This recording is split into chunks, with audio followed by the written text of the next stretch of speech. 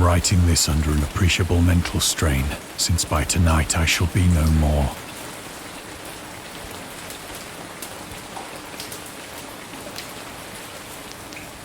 Penniless, and at the end of my supply of the drug which alone makes life endurable, I can bear the torture no longer, and shall cast myself from this garret window into the squalid street below.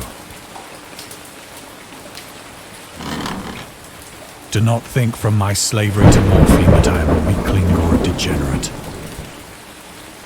When you have read these hastily scrawled pages, you may guess, though never fully realize, why it is that I must have forgetfulness or death.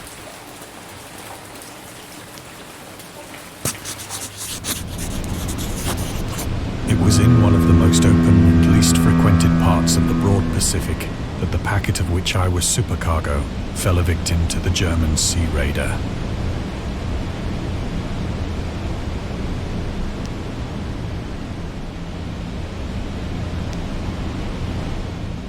The Great War was then at its very beginning, and the ocean forces of the Hun had not completely sunk to their later degradation. So that our vessel was made a legitimate prize, whilst we of her crew were treated with all the fairness and consideration due us as naval prisoners.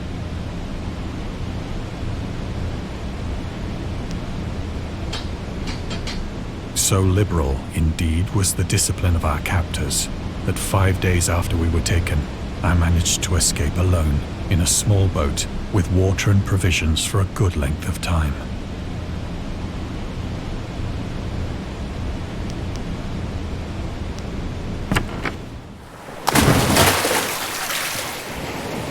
When I finally found myself adrift and free, I had but little idea of my surroundings. Never a competent navigator, I could only guess vaguely by the sun and stars that I was somewhat south of the equator. Of the longitude, I knew nothing, and no island or coastline was in sight. The weather kept fair, and for uncounted days I drifted aimlessly beneath the scorching sun, waiting either for some passing ship or to be cast on the shores of some habitable land. But neither ship nor land appeared, and I began to despair in my solitude upon the heaving vastness of unbroken blue.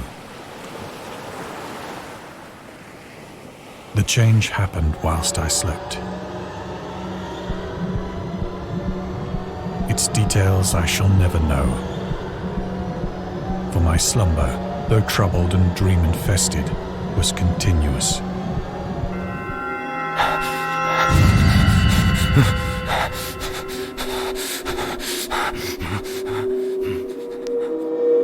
When at last I awoke, it was to discover myself half sucked into a slimy expanse of hellish black mire, which extended about me in monotonous undulations as far as I could see, and in which my boat lay grounded some distance away. Though one might well imagine that my first sensation would be of wonder at so prodigious and unexpected a transformation of scenery, I was in reality more horrified than astonished. For there was in the air and in the rotting soil a sinister quality which chilled me to the very core. The region was putrid with the carcasses of decaying fish and of other less describable things which I saw protruding from the nasty mud of the unending plain. Perhaps I should not hope to convey in mere words the unutterable hideousness that can dwell in absolute silence and barren immensity. There was nothing within hearing and nothing in sight save a vast reach of black slime.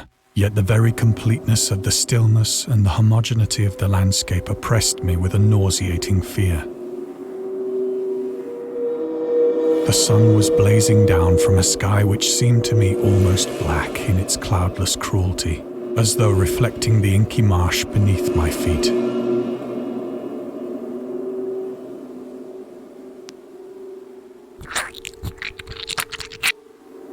As I crawled into the stranded boat, I realized that only one theory could explain my position. Through some unprecedented volcanic upheaval, a portion of the ocean floor must have been thrown to the surface, exposing regions for which innumerable millions of years had lain hidden under unfathomable watery depths. So great was the extent of the new land which had risen beneath me that I could not detect the faintest noise of the surging ocean, straining my ears as I might. Nor were there any seafowl to prey upon the dead things. For several hours I sat thinking or brooding in the boat, which lay upon its side and afforded a slight shade as the sun moved across the heavens. As the day progressed, the ground lost some of its stickiness and seemed likely to dry sufficiently for traveling purposes in a short time. That night I slept but little, and the next day I made for myself a pack containing food and water, preparatory to an overland journey in search of the vanished sea and possible rescue.